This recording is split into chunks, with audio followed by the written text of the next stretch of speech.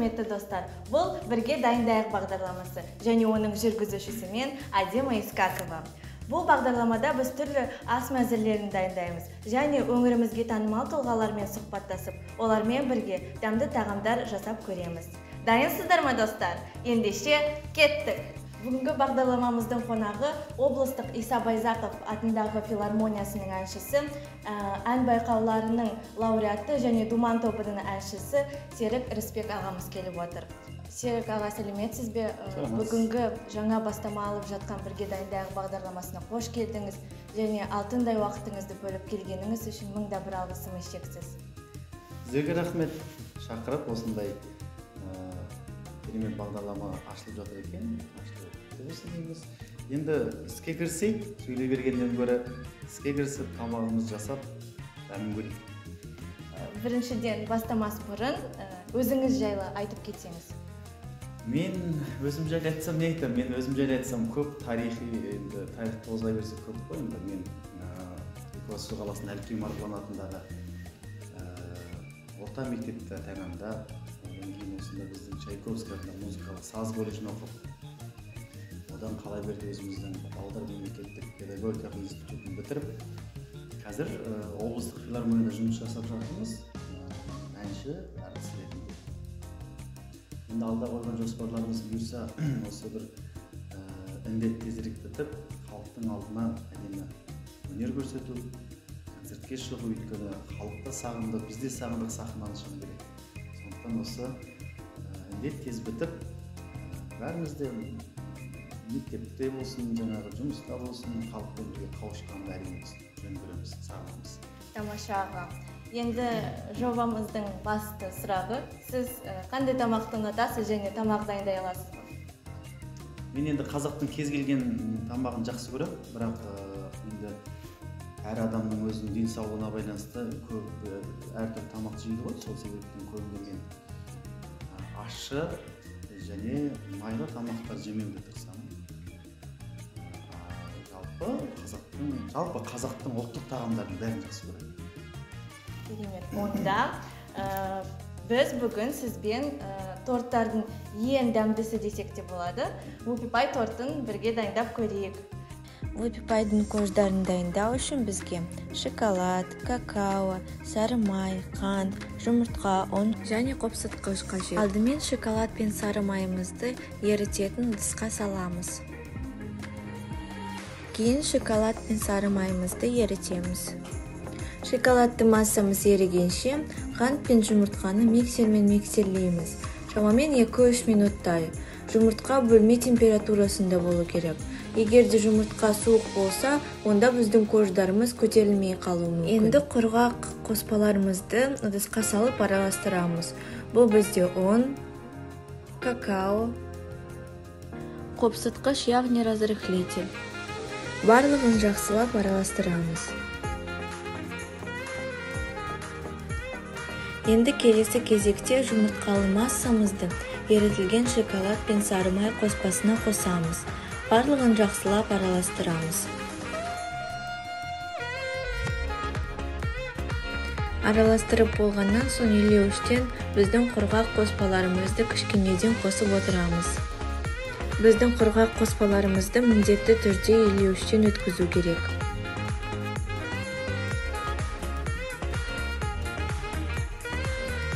Біздің қамырымыз дайын болды. Енді қамырымызды пергаментқа салмас бұрын пергамент қағазын осындай формада бастырып аламыз. Формамыздың диаметрі 24 см болуы тиіс. Солай барлық пергаментті бастырып шығамыз. Келесі кезекте біз қамырымызды кондитерлік қапшыққа саламыз. Егер де кондитерлік қапшық болмаса, оны ас қасығымен пергаментқа салып жасауға болады. Осылай қамырымызды біркелкі пергаментқа салып шығамыз.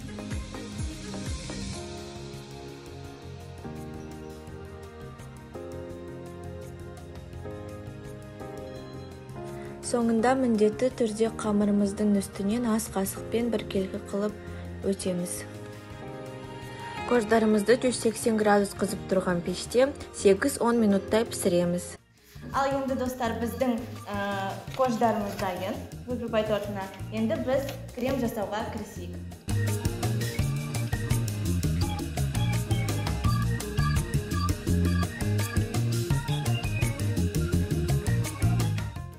Енді сіз әншісіз, иә? Сіз осы салада қанша жыл жұмыс істейсіз және сол әншілік несімен қызықты сізге? Енді бұл салада біздің жұмыс істеп жатқанымызға студент кезден бастадық қой. Шамамен 16-17 жыл болып қапты. Өнер саласында жүрген. Бұл енді мен бала кездегі арманым. 20 жылдығымызды атап өтеміз ғой, өнер саласында жүргенімізге. Жасай берейік ақыр, иә? Иә, енді бұл өнерді не үшін жақсы көремін деген, енді әр адам салаға бөлінеді ғой, біреу тігінді жақсы көреді, біреу тамақ жасағанды деген сияқты. Біздер өнерді таңдағасын, бұл ешқашан ажырамайтын, жақсы көретін ісіміз болғандықтан, әр адам өзінің ісін жақсы көріп жасағанда, нәтижеге жетеді, бұл жетістіктер мол болады деп ойлаймын. Енді кремімізді араластырамыз. Сіз істесеңіз. Жасап көрейік. Енді біз ондай нәрсені қатты.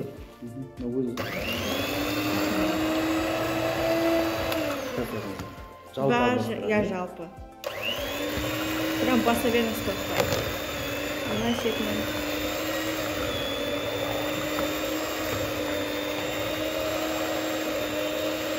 Zaten dayın tamak ішіп үйреніп қалғанымызда өзіміз еш уақытта жасамаймыз ғой, бірақ оның өзі қызықты екен. Енді әжептеуір араластырғанда кішкене көбейтеміз. Жылдамдығын ба? Иә, жылдамдығын. Сіздің ең қызықты сәтіңіз қандай? Қызықты сәт, өмірде қызықты сәт көп қой, бірақ қай жерінде?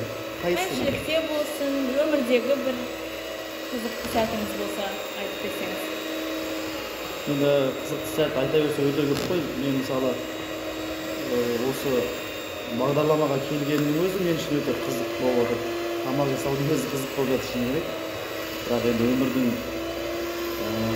ең қызықты сәттерін айта берсек, ол әрине әлі кішкентайсың, бірақ дегенмен де ертең есейіп өсесіңдер, сол кезде қызықты сәттерді бағалай білесің. Бұл әрине балалық шақтан үлкен өмірге қадам басу, одан қалай берді өзінің жұмысының жемісін көру, оның өзі бір қызық. Қалай берді үй, отау құрып, балалы болудың бәрі өмірдің қызығы. Толып қалған жоқ па? Жоқ, тағы да анжағын. Не жағы ма? Иә. Сөйтіп аудара берсеңіз, осылай. Бұл айналып Иә, әрине. Кіртік қалмау керек қой. Соның бәрі ертіп. Сондай қызық сәттер. Ақырын үйренетін ол. Асүйдің керекті құралдарын заттарын ақырын үйреніп отырмыз. Енді біздің креміміз дайын болды. Шығара беріңіз.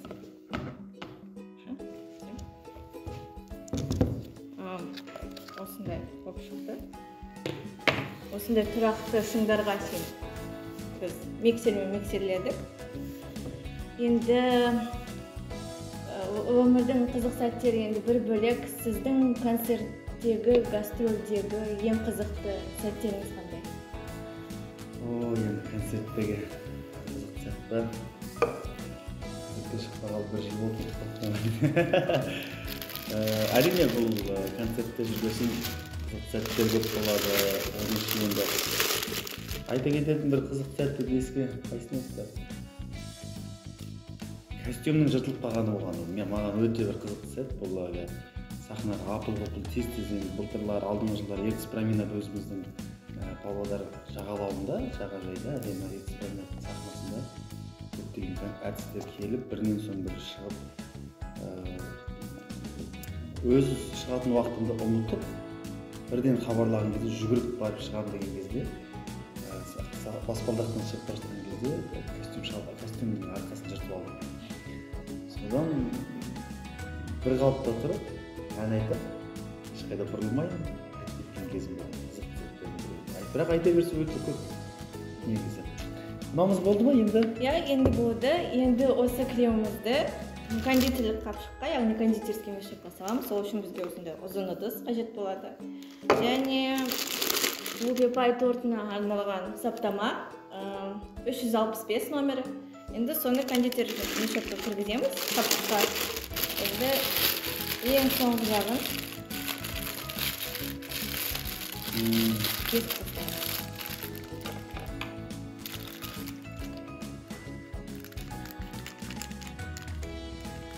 Торттың үстіне әшекей деп әдемі өткізді.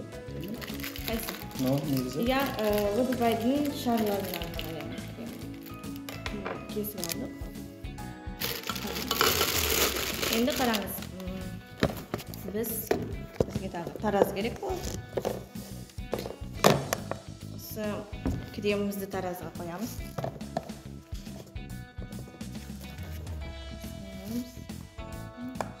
Тарасын аламыз. Және бізде мұнда 4 қож. Сол 4 қожымызға бізде 400 граммнан кетеді. Яғни үстіне ганаш болады, оны бірге дайындаймыз. Ал қалған 3 қожына 400 граммнан. Алып отырамыз. Не да? Міне, минустары болады, 400 граммға шейін жеткізсеңіз. Керісінше. Аха.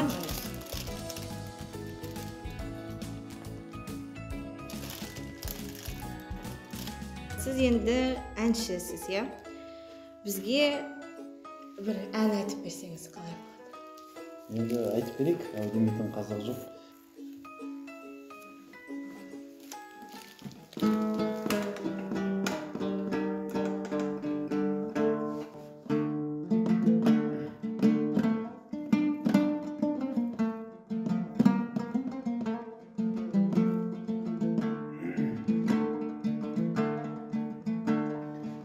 Дүние қарап тұрсам, шолақ екен. Адамдар бір-біріне қонақ екен. Барыңда оралыңның, ойна да күл. Қызығы бұл өмірдің солақ екен. Барыңда ойна да күл, қызығай бұл өмірдің солақ екен. Ақ көйлек қызыл бешпет, көйлек кисін, етегі сүретіліп, жерге тисін. Барында оралымның, ойна да күл, көр алмай дұшпандардың іші күйсін. Барыңда оралыңның, ойна да күл, көр алмай дұшпандардың іші күйсін. Қарғадан қарға туар, қаңқылдаған, жақсыдан жақсы туар, шарқылдаған. Жақсымын деп жүргендер толып жатыр, өзгеме сөз бақытын таба алмаған. Жақсымын деп жүргендер толып жатыр, өзгеме сөз бақытын таба алмаған. Барыңда оралымның, ойна да күл, қызығай бұл өмірдің осы-ақ екен.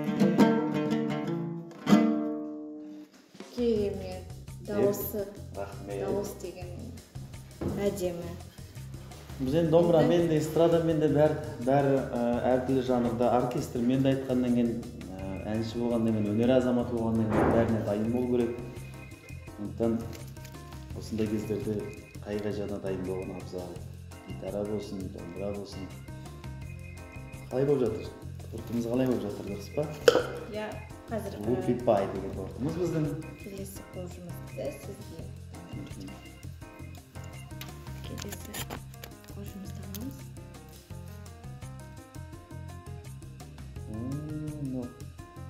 дүкенде сатылып тұратын не болып шықты. Саған сала берейін, иә? Иә. Бағанағындай 400. Мына жерде кішкене қалды. 17 грамм.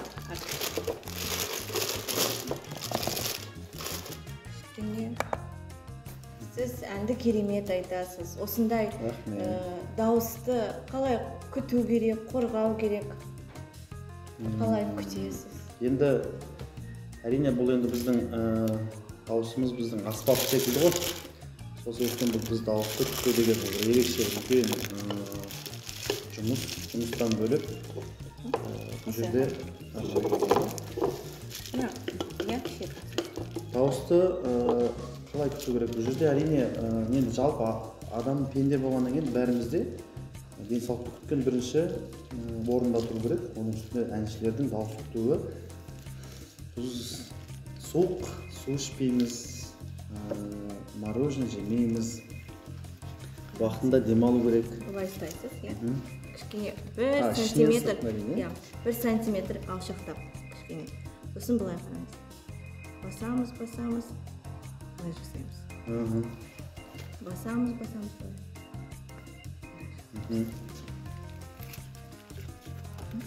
Біз мына деп көрейік енді бізден де ертең үйреніп алып өзім торт шығаратын магазин.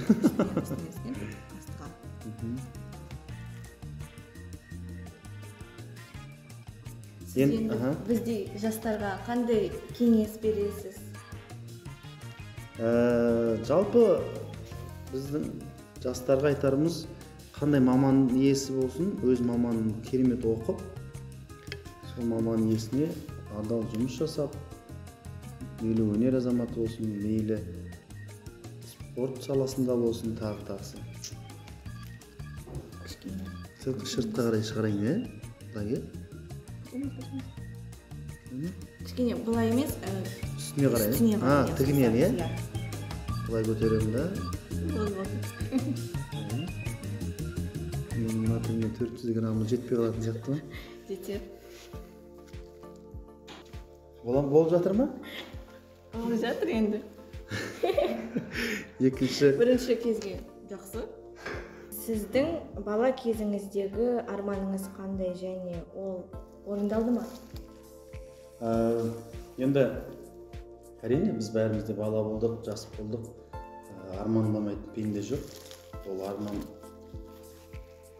енді біздің енді жасағанымыз, көргеніміз әлі аса көп деп айта алмаймыз ғой, бірақ дегенмен де мен ойлаймын өзімнің тарапыма сай, өзімнің жасыма сай алға қойған мақсат арман орындалып жатыр. Ол әрине ең бірінші бала кездегі сол өнер жолына түсіп, халықтың алдына өнер көрсетсек деген үлкен арманымыз болды.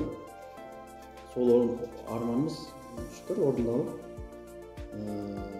Енді пенде болғаннан кейін бір арманға жетіп жатса, тағы да армандайсың.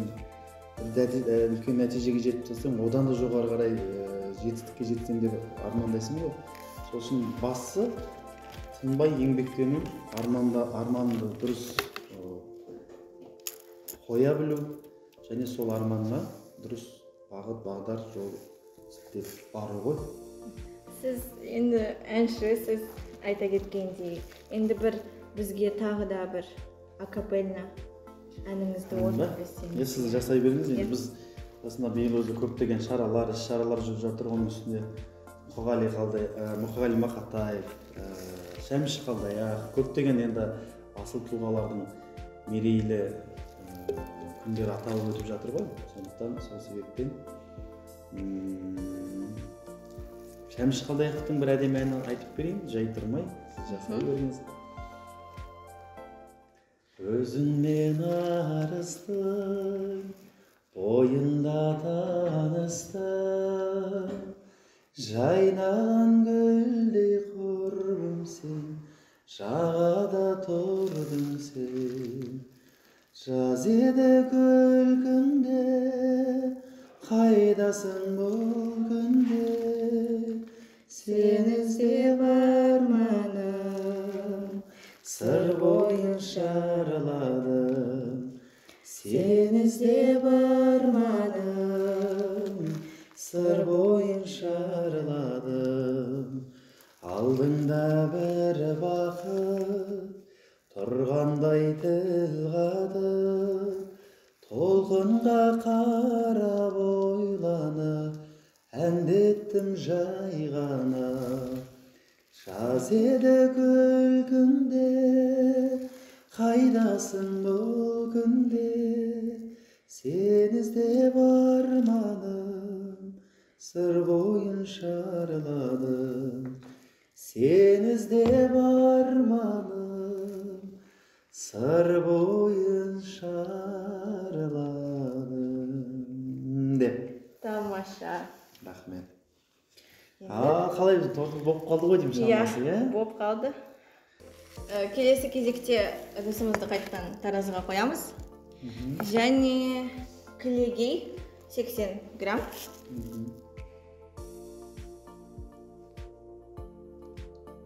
Соңғы нелері ғой деймін, шамамен, иә? Әшекей бетіне демейтін кездері бар. 80 грамм және 90 грамм. 90? Иә. Тарасымызды. Сімдеп сала берем ме?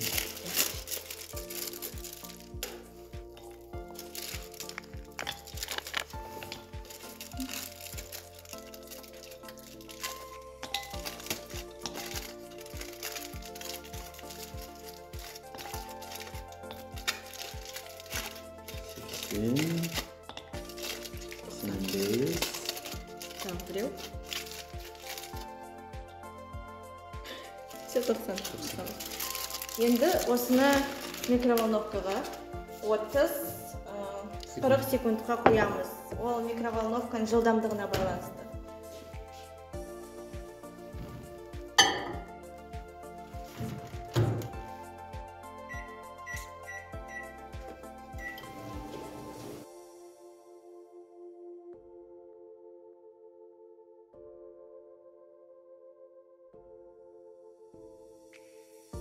Мен енді шыны керек бірінші өздеріңіздің ең алғашқы бағдарламаларыңыз ғой. Өте ризамын. Оның үстінде алғашқы тұсауы кесіліп ашылып жатыр, одан қала берді. Мен әжептәуір осы торттың жасауын үйреніп алдым. Енді бұйырса келесі 8 наурызда мерекеде менің де қыздарым бар, сен секілді қыздарымды, ақсындарымды осылай өзім қолдан жасап құттықтайтын ойым бар секілді келесі жылы. Ал енді біздің тортымыз дайын. Енді қазір дәмін көрсек болады. Серкал кесіп. Жақсы, ал екеуміз бірігіп жұмыла көтеріп әдемі торт жасадық. Бұл торттың аты Whoopie Pie. Сол себептен, ал бісміллә деп енді өзіміз жасаған торттың дәмін көрейік, бағасын берейік. Көзге қарағанда olmayды, бірақ жасауы біраз қиындау екен. Ал енді дәмін көрейік, иә, бірігіп жасаған керемет әдемі дәмді тағам.